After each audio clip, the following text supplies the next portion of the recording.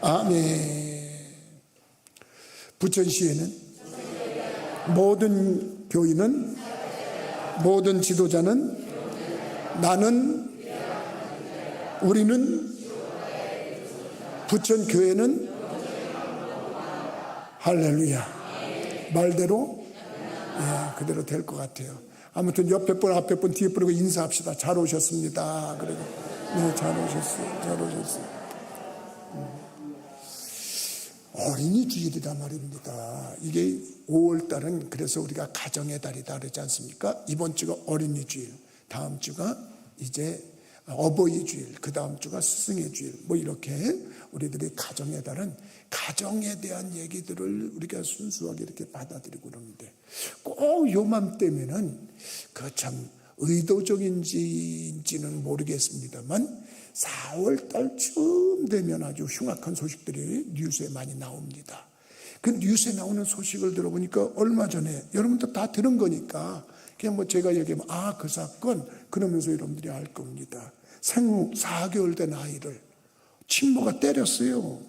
그래 때려가지고 결과적으로 화가 난다고 욕조에다 방치를 했는데 그냥 익사가 되어버렸고 죽었어요. 다 뉴스에 나온 건데 뭐 이렇게 놀라세요? 다 놀라요. 그런데 말입니다. 나중에 그 부검을 했지 않겠습니까? 얘가 왜 죽었나? 얼마나 때렸는지 말입니다. 그 4개월 된 애가 갈비뼈가 나갔어요. 그리고 그것만 아니라 다골절로 해가지고 여러 군데 뼈가 무차별적으로 다발성 골절이 일어난 거예요. 그러니까 엄마가 크레이지지. 완전히 저기 되는 거죠. 어떻게 자기의 아이를, 그것도 4개월뿐이 안 된 아이를 그렇게 때려가지고 죽입니까? 근데 이것이 우리들에게 충격의 책 가시기도 전에 또 뉴스가 나옵니다. 이번에는 좀 나이 좀 먹었네요. 3살 된 아이야. 3살 된 아이. 3살 된 아이인데 부모가 이것도 지속적으로 애를 때렸는데 이건 또 과간입니다. 부부가 나중에 조사를 해보니까 엄마 아빠가 대화하는 그 녹취록이 있지 않겠습니까? 그걸 들어보니까 둘이 공모를 했어요. 참나 이게 부모가 맞는지 모르겠습니다. 죽었어요. 애가 때려서. 그래서 보니까 태어나면서 3살 됐는데 그냥 태어나면서부터 학대받아가지고 그렇게 그 3년을 살다가 그냥 맞아서 죽어서 갔어요. 그래가지고 이 일이 또 우리에게 충격이 또 가시기도 전에 또 하나 사건이 나왔네. 이걸 보니까 얘는 8개월 된 아이네. 얘는 또 TV 리모컨으로 때렸다네. 그게 맞는 말인지 모르겠어요. 아니 8개월 된 애가 어디 때릴 때가 있어요? 바라만 봐도 그냥 기쁨이 나오는 거 아니겠어요? 바라만 봐도 행복이 나오는 거 아니겠어요? 이 부모들의 마음은 그런 거 아닙니까? 근데 그렇게 때렸대요. 때려가지고 결과적으로 어떻게 했냐? 죽었다는 거예요. 근데 이게 또 저게 되니까 뭐 또 그런 뉴스가 나오고 저런 뉴스가 나오고 그러면서 우리를 충격의 도가니로 빠졌다니. 근데 공통점이 있다는 거예요. 가해자가 부모라는 거예요. 부모. 친부모라는 거예요. 보호자가 오히려 위험 요소가 됐다는 거예요. 장기간 반복해서 학대했다는 공통점이 있고 집에서 일어난 일이기 때문에 외부에서 전혀 손쓸 수가 없었다는 거예요. 그 아이가 얼마나 자지러지게 울었겠어요. 얼마나 도와달라고 소리를 쳤겠어요. 근데 누구도 도와주지 못한 그런 일이 벌어졌어요. 매우 잔혹하다는 방식이 또 공통점이라는 거예요. 영아 수준의 아이에게 성인 수준의 폭력을 가했다는 거예요. 이게 말이나 되는 얘기냐. 지금 우리가 살고 있는 시대가 이런 시대라는 거예요. 이럴 때 우리 교회가 어린이 주일을 맞았어요. 그래서 저는 고민을 했습니다. 이거 어떻게 해야지 이거 우리들이 정말 올바른 자녀의 양육이 될 수 있을까? 이런 생각을 해봤습니다. 자녀를 키우는 데는 여러 방법이 있겠어요. 우리 뭐 복중에 가지기 전부터 태내 교육을 한다, 무슨 교육을 한다 그러면서 자녀 교육에 대해서 굉장히 관심을 갖고 있잖아요. 다 좋은 겁니다. 그런데 기본적으로는 부모들이 신앙을 좀 가졌으면 좋겠어요. 여러분들이 신앙을 좀 가졌으면 좋겠어요. 그 부모가 만약에 신앙이 어떨지는 모르겠습니다. 내가 오죽하면 챗 GPT에다가 물어봤어요. AI한테. 도대체 이 사람들의 신앙이 뭐냐? 혹시 기독교인이라는 거 나오지 않나? 그러고 한번 쳐봤어요. 그랬더니 AI가 대답하대. 그런 건 여러 데서 알려주지 않습니다. 그러면. 특정한 사람의 종교는 얘기하지 않겠습니다. 이렇게. 그래서 뭔지는 모르겠어요. 근데 내가 왜 그랬냐면, 나 기독교 믿던 집에서 목사 된 사람 아니라고 수차례 말했어요. 내가 어린이 주일만 오늘까지 37번째 합니다. 이 교회에서. 37년 됐다는 얘기입니다. 뭐 별로 놀라지도 않아요, 우리 교인들은. 근데 37년 됐는데 내가 교회를 안 다니던 사람이에요. 근데 나는 어디서 하나님을 처음 하나님을 믿으면 이렇게 되는 거구나 그거 깨달은 게 있었어요. 순간적으로. 그게 중학교 입학식이었어요. 중학교 입학식. 그 중학교는 신기하게 천주교에서 세운 학교였어요. 그리고 신기하게 교장 선생님이 미국 사람이었어요. 그 미국 사람인데 신부님이었어요. 교장 선생님이. 그래가지고 뺑뺑이를 돌렸고 우리가 이 굿을 돌려갖고 나온 평준화, 중학교 평준화의 1세대입니다. 그래가지고 가서 보니까 성당에서 입학식을 하는데 교장 선생님 훈화가 있지 않겠습니까? 미국 사람이 착 나오더라고요. 미국 사람이 나오냐? 어렸을 때 미국 사람 보면 특이하게 집중하는 그런 게 있었지 않겠어요? 그래서 집중했더니, 여러분, 다 그래요. 난 중학교 교훈을 지금까지도 잊지 않고 있는 사람. 우리 학교는 공부 잘하는 사람 원치 않습니다. 이러는 거예요. 대부분 다 공부 잘하라고 그럴 텐데 그 학교는 공부 잘하는 거 원치 않는데. 잘 들어봤지. 난 누가 말씀하시는데 집중해서 들어본 건 처음이었어요. 다 그러거든요. 공부보다도 더 중요한 게 있습니다. 그래, 뭔데요? 뭘까? 그래. 양심 바른 사람입니다. 양심 바른 사람이래. 우리 학교는 첫째 교훈이 양심 바른 사람. 근데 그 순간에, 하나님 믿는 사람들은 양심 바르게 사는 거구나. 만약에 그 신부님이, 여러분, 하나님 믿는 사람은 성경대로 살아야 됩니다. 성경을 믿으셔야 됩니다. 이러면 나 안 들어왔을 것 같아. 내가 그때 느낌이 안 왔을 것 같아. 양심이라는 말에, 양심 바르게 사는 사람들이야. 기독교인들이구나. 하나님 믿는 사람들이구나. 그랬어요. 그 다음에, 여러분, 양심 바른 다음에는 그래도 실력은 있어야 됩니다. 그러는 거예요. 실력 있는 사람이 되어야 됩니다. 그래서 실력 있어야 됩니다. 공부 잘하는 소리예요. 그런 다음에 실력만 있으면 뭐 하겠습니까? 여러분들은 이 다음에 커서 실력도 쌓아가지고 남들에게 봉사도 많이 하셔야 됩니다. 그리고 봉사하래. 자기가 가진 실력 가지고, 자기가 가진 건강 가지고, 자기가 가진 돈 가지고 남을 위해서 살라는 거예요. 근데 그게 큰 감동이 왔어요. 그 후에도 몇 차례 그 성당에서 미사도 있었고 뭐도 있었지만 한 번도 어떤 신부님이 나한테 설교를 해가지고 감동을 준 적은 없어요. 왜 그러냐면 대부분 신부님들은 읽어요. 그냥 이렇게 해서 어느덧 5월이 되었습니다. 5월은 가정의 달입니다. 이렇게 읽기 때문에 그분은 거기 보고 나는 딴 데 보고 이렇게 그렇게 해서 했는데도 내가 감동해요. 근데 내 느낌에 하나님 믿는 사람은 최소한 양심대로 살아야 된다. 만약에 조그맣게 말한 그 부모들이 이런 하나님을 믿는 공동체를 다녔거나 교회를 다녔다고 그러면 최소한 양심은 좀 그래도 걸리지 않았을까? 내가 이 핏덩어리한테 내가 이렇게 학대를 가해야 되나? 내가 이 3살짜리한테 학대를 가해야 되나? 그 양심이 찔리지 않았겠냐 이거예요. 그래서 하나님을 믿어야 된다고 생각해요. 부모가 하나님을 믿어야 된다. 그러면 하나님을 믿으면 어떻게 되느냐? 여러분 어려움이 있을 때 하나님 앞에 기도합니다. 한나라고 하는 사람 나왔지요. 사무엘상 1장 1절부터 11절의 얘기는 어느 집에 엘가나라고 하는 남자가 있었는데 그 나라의 법으로는 부인을 원래는 여러 명을 얻을 수가 있었어요. 근데 첫 번째 부인을 얻었어. 한나라고 하는 부인이야. 근데 이 부인이 아이를 못 낳네. 아이를 못 낳았어. 그러니까 어느 집이든지 대를 잇고 싶을 거 아니에요. 그러니까 두 번째 아내를 얻어서 분인나라고. 근데 이게 웬일입니까? 분인나는 결혼하자마자 그냥 애가 생겨가지고 애를 낳는데 문제가 생겼어요. 첫 번째 부인을 자꾸 멸시하고 무시하고 경시하고 비웃고 그러면서 첫째 부인을 굉장히 괴롭히는 거예요. 그러니까 이 첫째 부인이 그저 괴로워가지고 뭘 하는데 남편이 그 모습을 보니까 첫째 부인이 가엾은 거예요. 그래서 더 마음적으로는 더 위로해줘서 제대로 된 남편이야. 내가 가보니 보니까.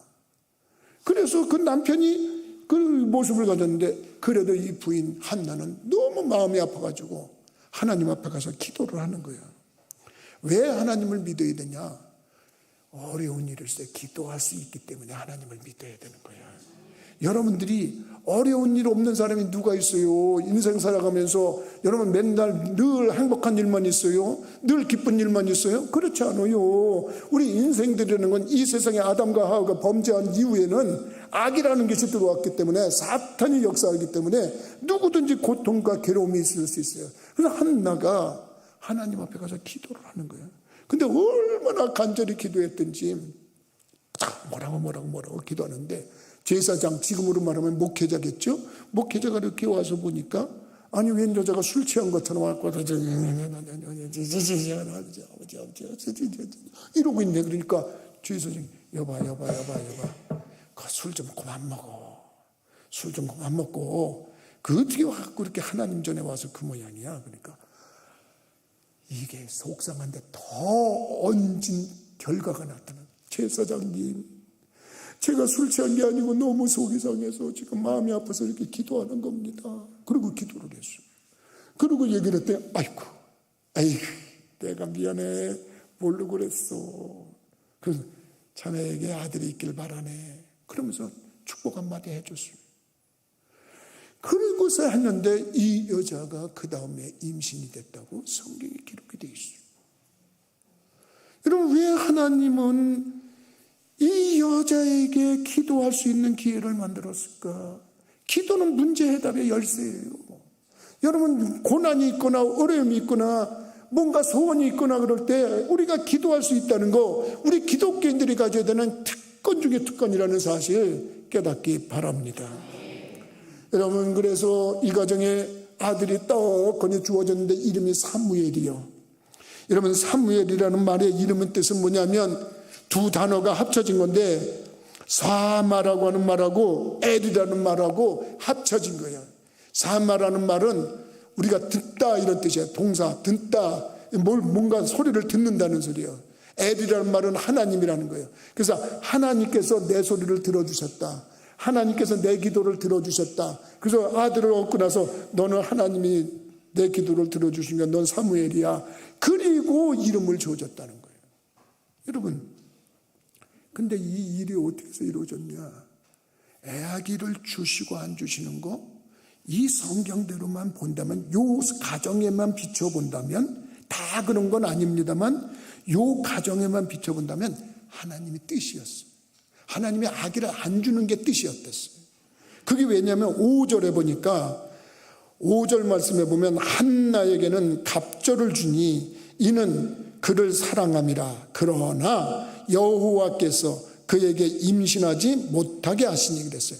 한나에게 갑절을 줬다는 말은 뭐냐면 남편이 분인나라고는 두 번째 첩이 있었고 첫 번째 안나가 있었는데 뭔가를 줄 때마다는 이 여자보다는 첫 번째 부인에게 갑절을 줬다는 거예요. 근데 이 여자에게는 두 번째 여인이 갖지 못한 자녀가 없었는데 그 이유가 하나님이 그에게 임신하지 못하게 하셨다. 누가? 하나님이 못하게 하셨대. 여러분, 이 세상에 나는 거 하나님이 하시는 일이에요. 이 세상에 떠나는 거 하나님이 하시는 거예요. 우리 기독교인들은 그 두 가지 사실을 믿는 사람들이라는 거 깨닫기 바랍니다. 그런데 여러분, 하나님께서 너는 아니야, 너는 아들을 필요 없어, 너 아들 없어도 괜찮아. 그런데 뜻을 바꿨어. 하나님이 뭐 때문에? 이 여자가 울고 불고 하나님 앞에 나와서 기도하는 것 때문에 하나님이 마음을 바꾸시고 아이를 주셨다는 거예요. 하나님이 안 됐다가 야 너한테는 자식이 없다니까 하나님이란 표현을 하자면 근데 막 달라고 그러니까 하나님이 뜻을 돌이켰어요. 여러분 성경에 그런 거를 예수님께서 친히 비유로 말씀하신 적이 있어. 어느 불의한 재판관이 한 많은 그 가부가 와가지고 막 내 재판관이 듣질 않는다는 거예요. 듣질 않다가 아이고 저 여자 그냥 소리를 안 들어주면 내가 제명에 못 살겠다. 내가 들어주고 말지. 그리고 들어줬다는 거예요. 그러면서 하나님이 예수님이 너희들도 기도할 때는 포기하지 말고 그렇게 기도해라. 그런 말씀을 하셨어요. 근데 한나가 바로 그런 기도의 모습이었어요. 여러분 이 비슷한 얘기가 성경에 보면 히스기야라는 왕한테도 그 비슷한 얘기가 나와요. 열왕기야 20장 5절에서 6절의 말씀을 보면 그 얘기가 기록이 되어 있는데 뭐라고 나오느냐면 너는 돌아가서 내 백성의 주권자 히스기야에게 이르기를 왕의 조상 다윗의 하나님 여호와의 말씀이 내가 네 기도를 들었고 내 눈물을 보았노라. 내가 너를 낫게 하리니 네가 3일 만에 여호와의 성전에 올라가겠고 내가 네 날에 15년을 더할 것이며 내가 너와 이 성을 아수르 왕의 손에서 구원하고 내가 나를 위하고 또 내 종 다윗을 위함으로 이 성을 보호하리라. 믿으시면 이 말이 무슨 얘기냐면 이 말이 무슨 말이냐면 히스기야라는 왕이 있었어요. 왕이 있었는데 몸에 죽을 병이 걸렸어. 그래서 하나님이 이사야라고 하는 선지자를 통해서 야, 너 히스기야한테 가서 이 병으로 너는 죽는다 그래라. 그리고 삶을 정리하라고 가르쳐줘라. 그래야 그냥 마음 편안하게 죽음을 받아들일 거 아니니? 그래갖고 선지자가 갔어요. 왕이시여 이번에 하나님께서 저에게 말씀하셨는데 왕은 이 병으로 도무지 살아날 수 없다고 합니다. 그러니까 이미 삶을 정리하시고 어떻게 죽을 준비를 하시는 게 현명한 줄 아리요. 그렇게 얘기를 했어요. 그러면 보통 사람은 아이고 하나님의 대선지자 이사야라고 하는 선지자가 와서 이렇게 얘기를 하니 나는 이제 죽은 목숨이다. 그리고 어떻게 하면 죽음을 맞이할까 이렇게 했는데 히스기야가 마음을 고쳐먹었어. 아니야. 나는 하나님께 기도해야 돼. 나는 하나님께 매달릴 거야. 그리고 그냥 하나님 앞에 기도해. 하나님 저 아수르를 물리쳐야 되고 내가 할 일이 더 많아요. 근데 지금 내가 죽으면 안 돼요. 하나님 이 나라가 풍전등화와 같아요. 그러니 하나님 나를 좀 살려주세요. 그리고 막 기도를 했어. 그랬더니 오늘 말씀에 여호와의 말씀이 내가 네 기도를 들었고 네 눈물을 보았노라. 여러분 5절에 분명하게 얘기해서 네 기도를 들었다. 하나님이 네 눈물을 흘리는 걸 봤다. 그러니까 내가 마음을 바꿨다 이런 뜻이에요. 전에는 너 죽고 그냥 너 하늘나라 오는 게 뜻이었는데 아니야 너 그렇게 원하니 너 더 살아. 그리고 네가 그렇게 원하는 아수르 대국도 네가 물리칠 거야. 그러면서 하나님의 뜻을 넓혔다는 거예요. 한나도 마찬가지예요. 너에게는 자식이 없어. 그게 내 계획이었어. 근데 한나가 불고불고 기도했어요. 기도했더니 하나님의 뜻을 바꿨어. 그래 그 사무엘이라고 하는 아들을 주신 거예요. 여러분 기도하면 역사가 일어난다는 거 성경이 증명하고 있는 거 깨닫기 바랍니다. 그래서 늘 우리 기독교인들에게 강조하는 게 뭐냐면 기도라는 겁니다. 예수님도 한 말씀 하셨어요. 기도 외에는 이런 유가 나갈 수 없다. 믿으시면 기도가 열쇠다. 기도가 해답이다. 이렇게 말씀하시는 거예요. 그리고 기도 시험에 들지 않게 깨어있어 기도해라. 이렇게 말씀하셨어요. 기도하면 역사가 일어나는 거예요. 여러분 우리가 자녀를 키울 때도 그래서 기도로 키우라는 거예요. 오늘 제목이 뭐예요? 기도로 양육한 자녀. 제목이 그거야. 기도로 양육하자는 거예요. 복중에 애가 생기기 전에도 기도하고 생겼을 때 수많은 태교가 있지만 그 태교회 때 제일 좋은 게 기도하는 거야. 여러분들 그걸 알아야 돼. 기도해. 태어났어요? 기도해야 돼. 성장해요? 기도해야 돼. 그래야 올바로 가는 거예요. 여러분 기독교인들은 한 번씩 들어본 그 성 어거스틴의 얘기를 들어봤을 거예요. 어거스틴은 북쪽 아프리카에서 태어난 사람인데요. 머리가 너무 비상하고 똑똑해. 똑똑한데 문제는 그 똑똑한 머리를 가지고 방탕하는 데 쓰는 거야. 방탕하는 데. 주색 잡는 데 쓰는 거예요. 청년이 되면서부터 그렇게 방탕한 데로 빠지는 거예요. 근데 어머니가 기도하는 사람이야. 어머니가 기도하는 사람인데 그 아들을 위해서 늘 기도했어요. 기도하는 거예요. 근데 여러분, 기도한다고 다 되는 것 같지만 더 안 될 때도 있어요. 더 힘들 때도 있어요. 우리 다 그런 경험들이 있을 거예요. 근데 이 아들이 엄마 따라서 교회 좀 다녔으면 좋겠는데, 이게 엇나가네. 만이교라고 하는 이단교에 빠졌어요. 이거 정말 믿는 부모들은 미칠 지경이 되는 겁니다. 정말 내 아들이 내가 믿는 하나님 기독교를 다 와서 교회를 다니면 좋을 텐데, 만이교라고 하는 엉뚱한 교회에 빠져가지고 이단교에 빠졌고 더 주색잡기에 빠지는 거예요. 더 방탕하는 거예요. 그걸 또 포기합니까, 엄마가? 그저 하나님 앞에 기도합니다. 기도했는데 신기한 일이 벌어졌어요. 이 아들이 엄마를 피해서 로마로 도망을 갔어. 그러더니 밀라노라는 데로 도망을 갔다는 거예요. 근데 엄마가 오는 거 좋아하지 않으니까 몰래 뒤를 추적하면서 따라갑니다. 왜냐면 그 아들 잘못되는 거 때문에 하나님 우리 아들 잘되게 해주세요. 그러면서 늘 기도하는데 신기한 일이 벌어진 거예요. 하나님이 역사를 하니까, 뜻을 바꾸니까 하나님께서 이 어거스틴의 귀에 소리가 들리게 하는 거예요. 그 소리 된 걸 이렇게 들어보니까 참 재미있어요. 소리가 뭐라고 나오냐면 집어서 들어라, 집어서 읽어라. 그런데 그때 그 사람들 말로는 톨레레게 그랬다는 거예요. 근데 이게 톨레레게 뭐 이런 말이 아니야. 우리 같으면 너는 집어서 들어라 이런 음성이 아니고 세미한 음성이 들렸대. 어린아이 목소리 같이 들렸대. 나중에 그의 고백록에서 읽어보면 그렇게 돼 있어요. 뭘 들어 읽어보나 그러고서 봤더니 옆에 성경책이 있는 거예요. 그래서 성경책을 읽어보는데 참 신기하죠.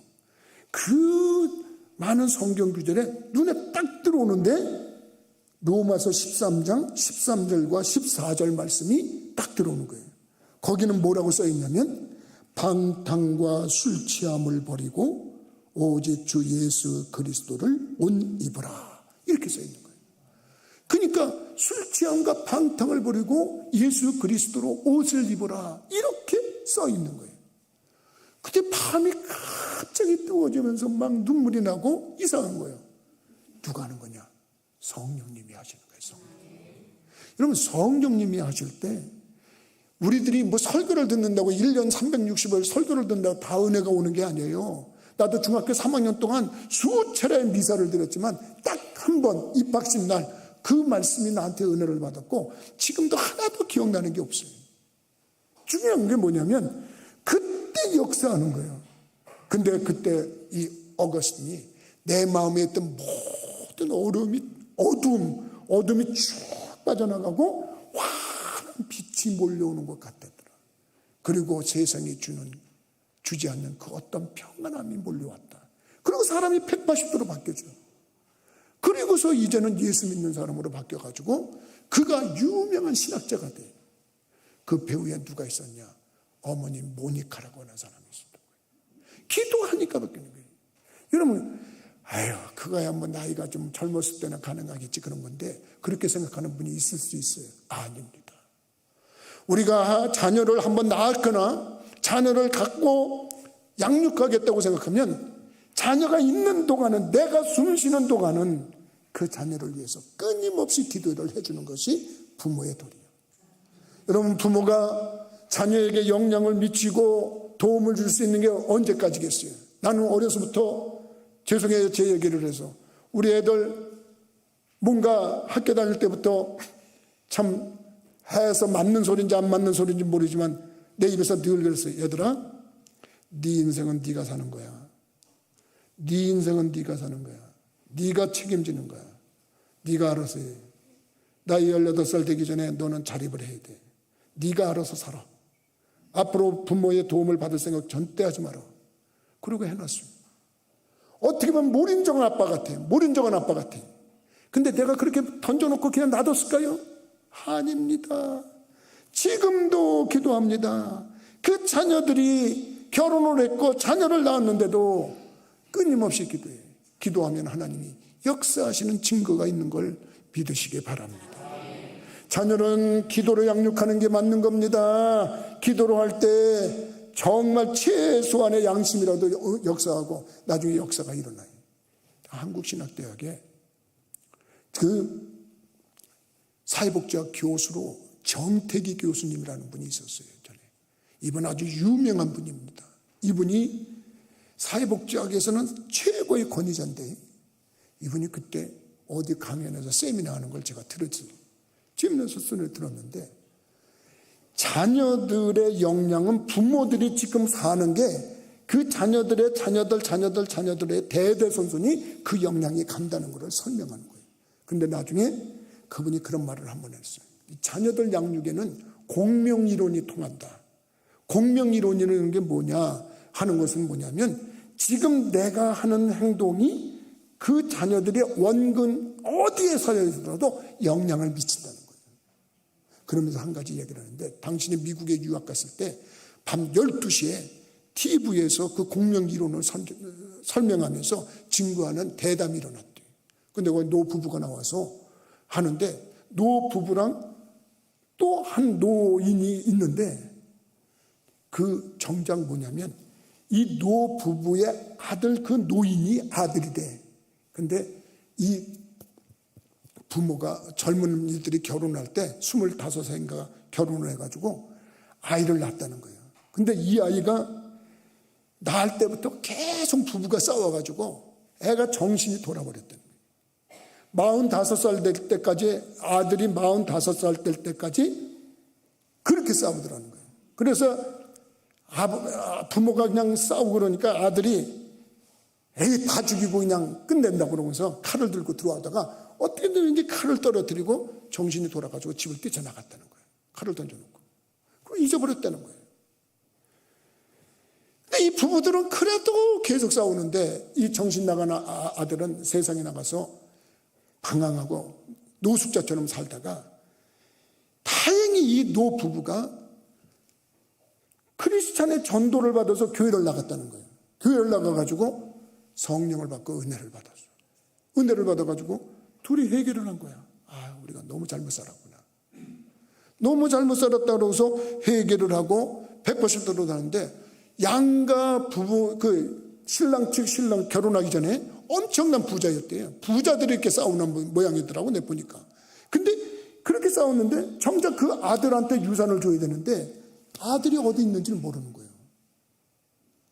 근데 이제 교회 나가서 회개하고 그러는데 마침 이 아들이 2마일리, 우리나라로 말하면 2마일리 정도 떨어진 뉴저지라고 하는 곳에서 살았는데 그전엔 정신이 없어서 누군지도 모르고 있다가 부모가 제정신이 들어오니까 이 사람도 제정신이 들어온 거예요.